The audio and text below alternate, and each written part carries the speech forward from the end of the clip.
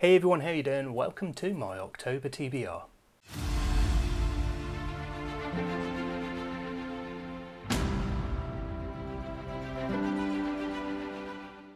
So we're getting towards the end of the year, which means I am heavily involved in my 2025 reading plan as I try to finish that one off. And I didn't actually realise it wasn't by design specifically, but most of the books, in fact I think actually all of the books on my October reading plan are from my 2025 reading plan. So there's no real surprises in this one, but we'll see how the month goes.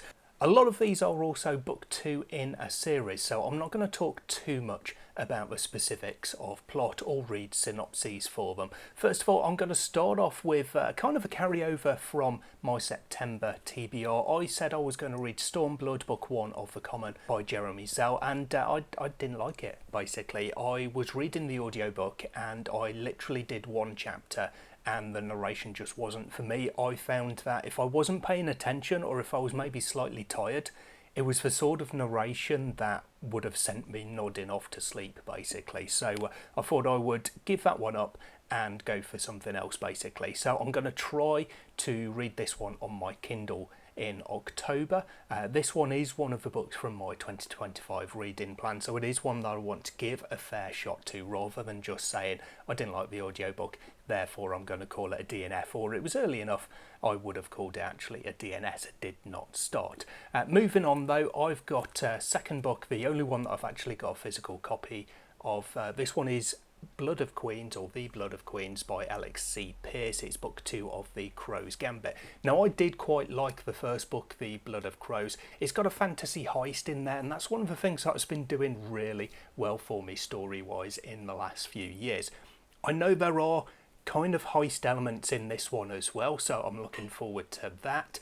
It is going to be quite different though, because the way events played out, especially to the end of book 1, this one is going to have a bit of a tonal shift, so it's going to be a case of waiting to see how that affects me, basically. Is it something that's going to work for me as well as the first book did? In here we've got plenty of magic. It's a world where, or at least a city, I think, I can't remember about the wider world, but everybody has what they call a knack. That's basically the magic of this world. There are all sorts of different knacks. They're kind of like elemental ones. They get earth and water and fire and air, and I think there might be a few other ones in there as well, but everyone has a knack except in book 1 for our main character. So we're going to follow the story as he finds his new way, I guess, his way in his new life after having some revelations and opportunities arising or given to him in book 1. So we'll see how this one goes.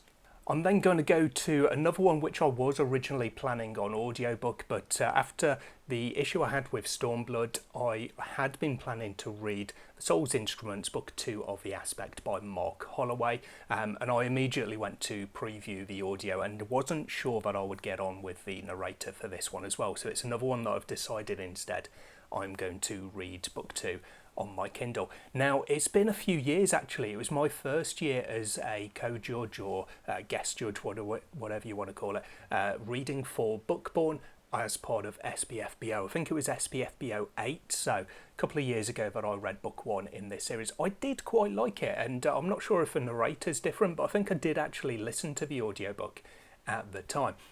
It's another one where you've got quite a revelation at the end of the book, so book 2 is going to be quite different, but I was kind of on board with most of the first book, the Soul's Aspect, and then just towards the end of the book it started to really shift for me and really drive up the gears, and I was quite excited for it. So I don't know why I didn't go straight into book 2. I think immediately it was because it was my first SPFBO book and I wanted to read all of the other ones first, basically, rather than going into the follow-up book for one of those. So I did that and then just never got around to going back to this one, and it ended up being a soft DNF series because I just hadn't got to it for quite some time. So I'm looking forward to getting back to this one to see where it goes with, as I say, the revelations that we had at the end of the first book that I was at the time actually looking forward to getting to. So there's another one from my what I've called my DNF redemption category, where I've got a series that I wasn't initially looking to continue with and I'm going to bring back from, I guess, the dead.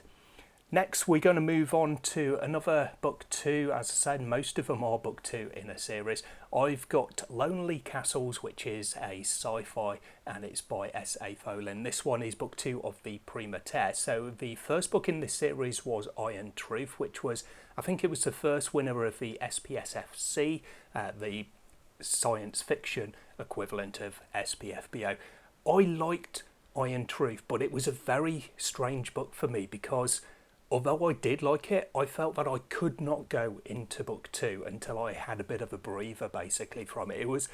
I think it was just so intense that I didn't want to go straight into book two. It wasn't there for me basically. I wasn't in the right, headspace for it, I guess.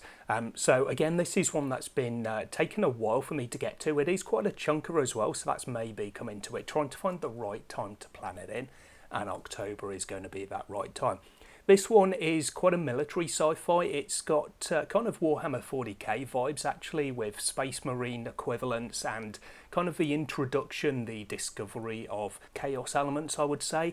And it was quite interesting, but it was just really intense. It really kind of got under my skin a little bit. So I enjoyed the book. I especially enjoyed the start of the book as well, which is quite strange. It definitely went places I wasn't expecting it to. But yeah, I'm looking forward to seeing where we go next, and hopefully I'm going to continue to enjoy this one, and maybe I'll be able to move on quickly to book 3 and 4 in this particular series.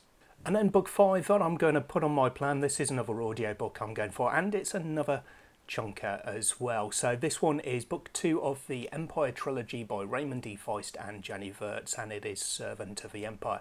So if you know me, you know that I like Feist. I like the Rift War cycle, the overall 30 or so books that we've got in a collection of trilogies, quadrilogies and so forth in the Rift War cycle. But I'd never got round to the Empire series, which is early on in the chronology of it. I think in terms of publication date as well, it was one of the first kind of sub-series of that wider series that was written. I did read a couple of chapters maybe at the time as I was reading the Rift War saga, the initial trilogy in the sequence, and I didn't like it. It's quite a political fantasy, and I think maybe at the time I wasn't in the right headspace for that. Now, I have read the first book in the series. I did quite enjoy it, so I'm looking forward to moving on into book 2. I don't really know what we're going to get. At some point, I know that I'm going to start meeting characters from Feist's side of it, the wider Riftworld saga, because they are intertwined, basically. So I think that might be in this second book. I will find out. I know some of the story from reading the other Riftworld books, but I'm looking forward to getting deeper into this side of it as we move on to it. Or, well, we don't move on to a different world. We are on a different world to where we spend most of our time in the Rift War cycle. So, yeah, it's going to be an enjoyable read for me, hopefully, but we will find out. So there we go. As I say, I've got a lot of book 2 in a series in this month's TBR for some reason. That was not by design whatsoever, but hopefully that sets me up nicely to continue in some of these at least to book 3, and if they're trilogies at least, get some more series finishes under my belt for 2025. Let me know down below what you're looking forward to reading in October as well. Hope to see you in the next video sometime soon. Until then, as always, take care of yourselves, read some good books. Bye for now.